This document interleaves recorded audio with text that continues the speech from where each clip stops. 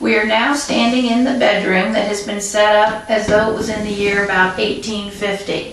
What you see here is a rope bed, which they'd have to tighten up the ropes, you know, because it would sag. These bed linens are authentic to what they would have had at the time.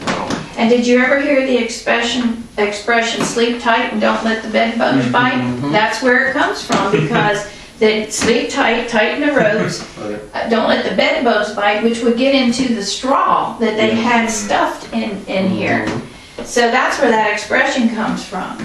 Also, we have a beautiful chest here that was typical of the time, the furniture of that time, and a washstand here. And this is how they would clean themselves up, wash up, and so forth. This fell down, let me hold that up. This normally would be here, it's called a shaving stand. And that's where the men would shave. We have to find something to keep that up. Okay.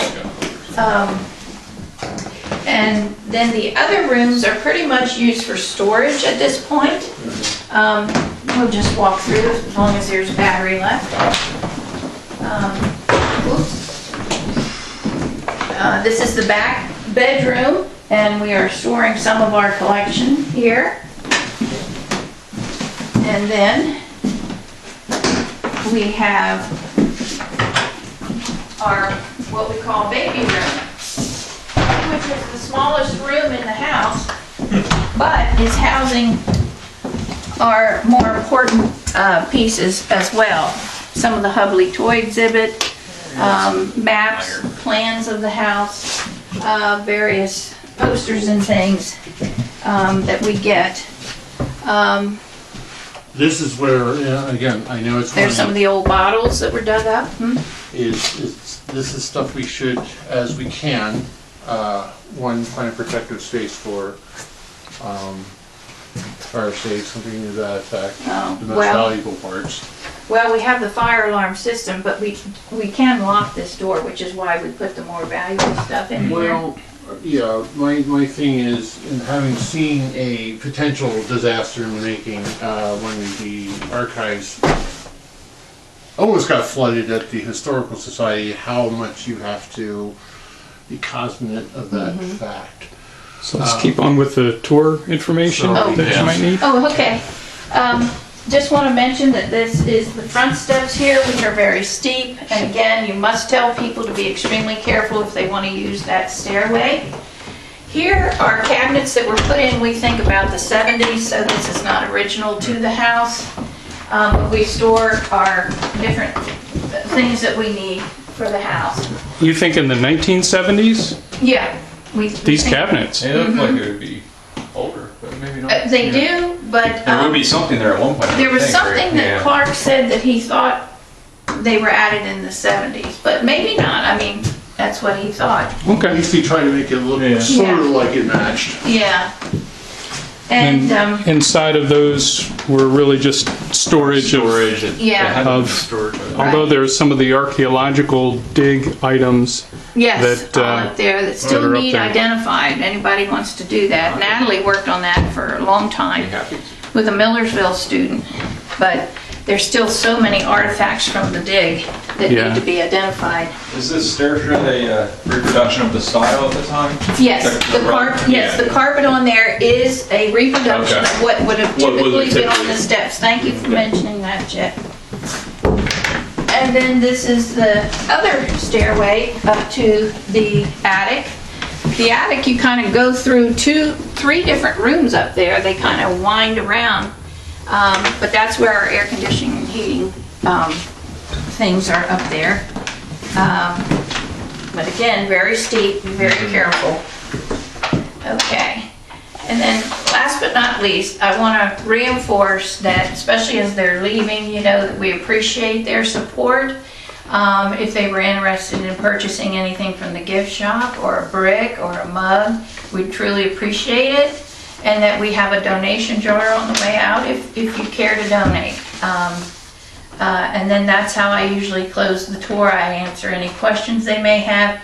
Another thing I like to do is to take them outside in good weather because the perspective of looking at the house, where you can talk about the different additions of the house, makes Really see sense. it, I really yeah. like to start out there if I have the opportunity.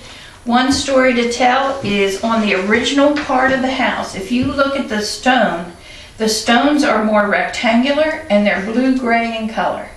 What that says is when they built the house, they had some money because they bought quarried stone to dress Wasn't up field the stone. front of, right, it wasn't field stone.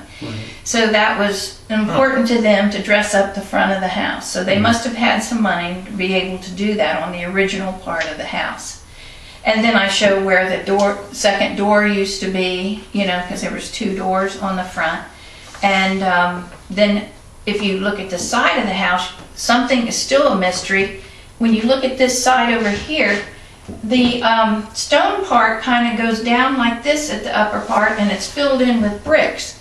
So we don't know, when originally it was a story and a half actually house, whether it may have had high in the front with a slant, all the way to the back.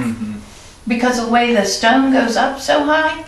But that, or they didn't have enough stone to fill in that side. They may have used brick at that time. Not sure. It's still a mystery that I would love to solve as to why that is so unusual there. And the problem with that is if you look in the corner, the moisture problem coming through the wall has something to do with where that stone meets the brick, I believe. So that's one of the areas we need to repair. Yeah. So, but just so you know, the house has motion lights, so that when you enter a room, they'll come on, except for the hallways. The front stair and the back stair, you have to flip the switch to turn the light on. And remember to turn it off when you leave. And also going to the attic. People typically would go in the attic and then forget to turn the light out. And then somebody has to go 3 floors to turn the light out. So, yeah, we want to make sure that when we're done with the tour that the house is buttoned up tight, that you use the security code, make sure it's working before you leave. The temperature in the house, if you're going to be here for an event or something, I typically raise the heat in this case, or air conditioning in the summer. But in order to conserve energy, we use the standards. We fudge a little bit, but to keep it at 62 in the winter and 74 in the summer. And then if someone's coming that we can turn it down ahead of time. But when the heat is on, it's very important on the front stairway going down, you leave that door open at the bottom of the stairs by the front door. The heat will come down. Otherwise, it gets very warm up here and cold downstairs. Now that we've put that extra thermostat down in the community room, that I think is helping a lot to keep this warmer. But yeah, just remember to leave that door open. But when you're having a tour, I usually keep the door shut so people aren't asking about going upstairs. So, Great. I think that's all I can think of right Thanks, now. Deb. You're We're gonna- very welcome. All right. Thanks, fellas, for joining with us, and hope this is helpful for everyone.